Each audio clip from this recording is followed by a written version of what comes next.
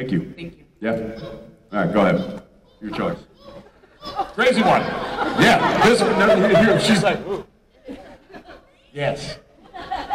You had the most enthusiastic way.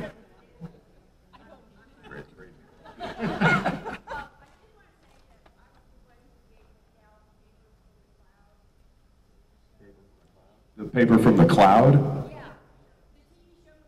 Oh, the cloud. You know what? I had a buddy of mine who's no longer with us, but he called me one day and he's like, "Dude, remake McCloud." So y'all had the same idea, yeah. Were you around for McCloud? I don't think I was around for that, but it was the 70s. Yeah, it was cool. That's it. There's a lot of those kind of like 70s, 80s shows and characters and stuff that are getting kicked around right now. I actually just had a meeting a week or two ago about an old 80s series that people are talking about bringing. I'll tell you later. Oh, don't. But what's that? That I'm not in shape?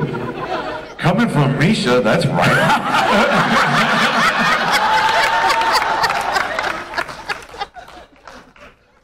Look, I am a shape, okay?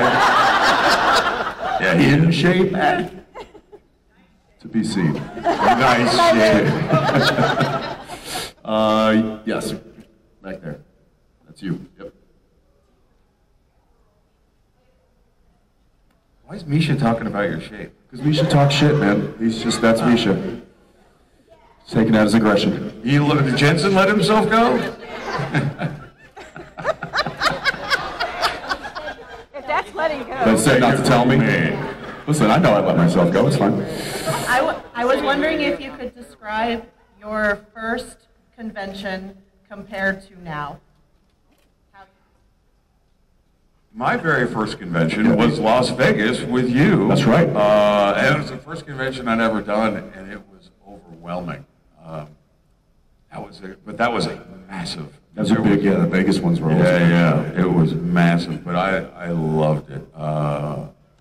And it just kind of, look, I think the opportunity to come and meet y'all, because we wouldn't be standing up here if it weren't for y'all liking the stuff that we do with being fans. And I think it's really important that we're able to, and we love it, being able to interact and meet you and talk to you. It's awesome, and I think the opportunity to do that is pretty special. And it reminds us what we're doing, you know? Yeah. Because we do get lost at work, and it's not red carpet. I think he said to me at that Vegas one after we went out, did the big room with the full crowd. I think he came to Jared and I. You're like, "What have you guys done? what have you created here?" Yeah. I'm like, I don't know. I had no idea. My first kind of con experience with Supernatural was it was in the UK, and it was like there were multiple shows kind of represented, and actors from different shows. And it's actually the first time Justin Hartley and I did a con together. But I remember thinking, well, it was like the show had only been on for one season, and these other shows, it's like Angel and Buffy and Smallville, and so they were represented. I was like, well, they're going to get much more of a crowd reaction than our little show that just started.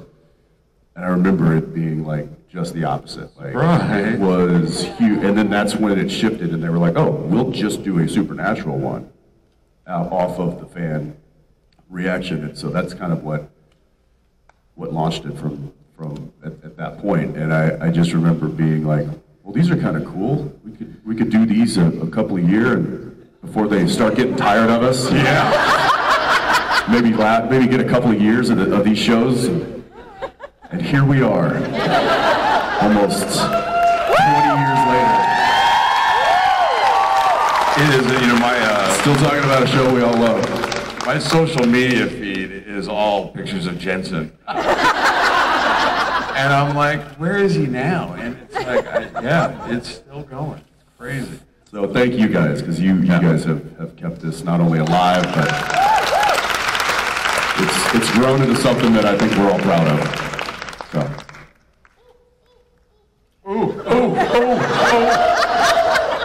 This is a hard one to ignore right there. Subtle. Idjit. Her shirt says idjit. Yes, it does. I like it. Hi, my name's Tess. Nice to meet you guys again. First off, Jeffrey, my best friend, watched you in Grey's Anatomy. She was a late bloomer in Grey's. And literally 6 hours later, she had to watch you beat the crap out of Glenn. So it was like a 180. Flip it.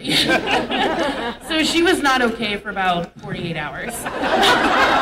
And Jensen, I have a question for you. Can you do this Scooby-Doo line? Where you do like Scooby-Doo?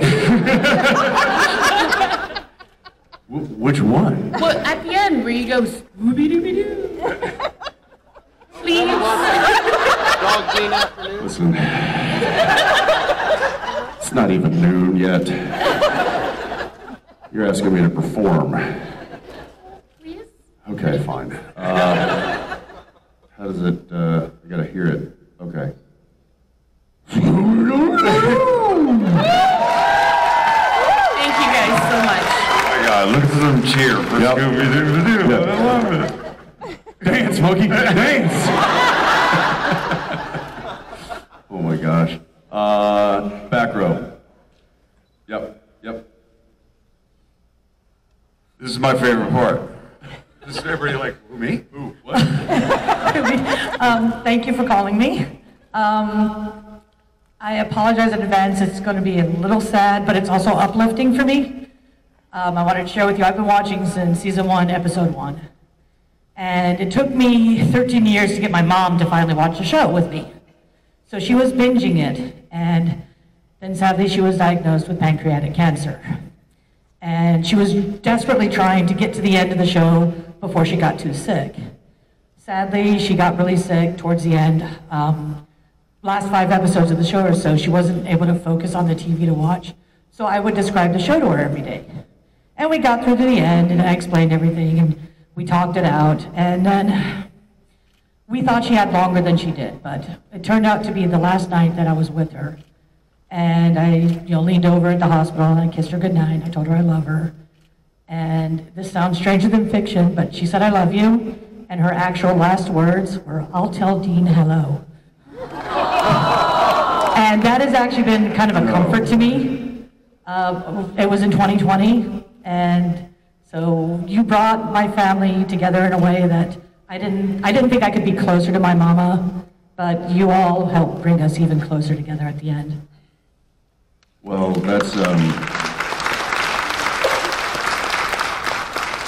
first off, so sorry, because that is never an easy thing to go through. But it does, like you said, there is some beautiful aspect to that story, and it's one of the things I think we get to really lean on is, I've told this story many times, but when the show really started finding its audience, really, landing on its feet.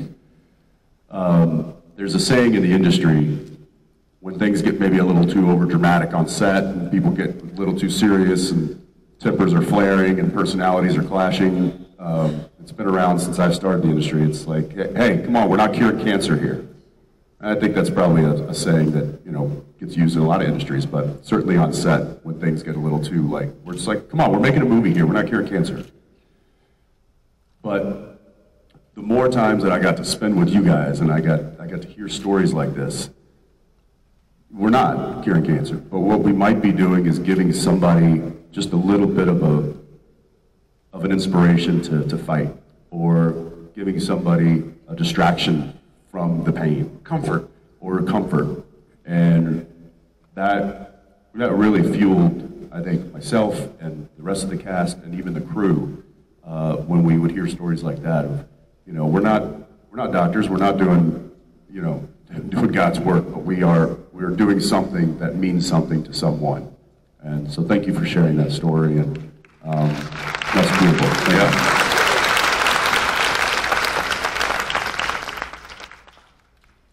Good luck beating that one. I don't have words. I think that you did a very fine job, young man. Oh my gosh.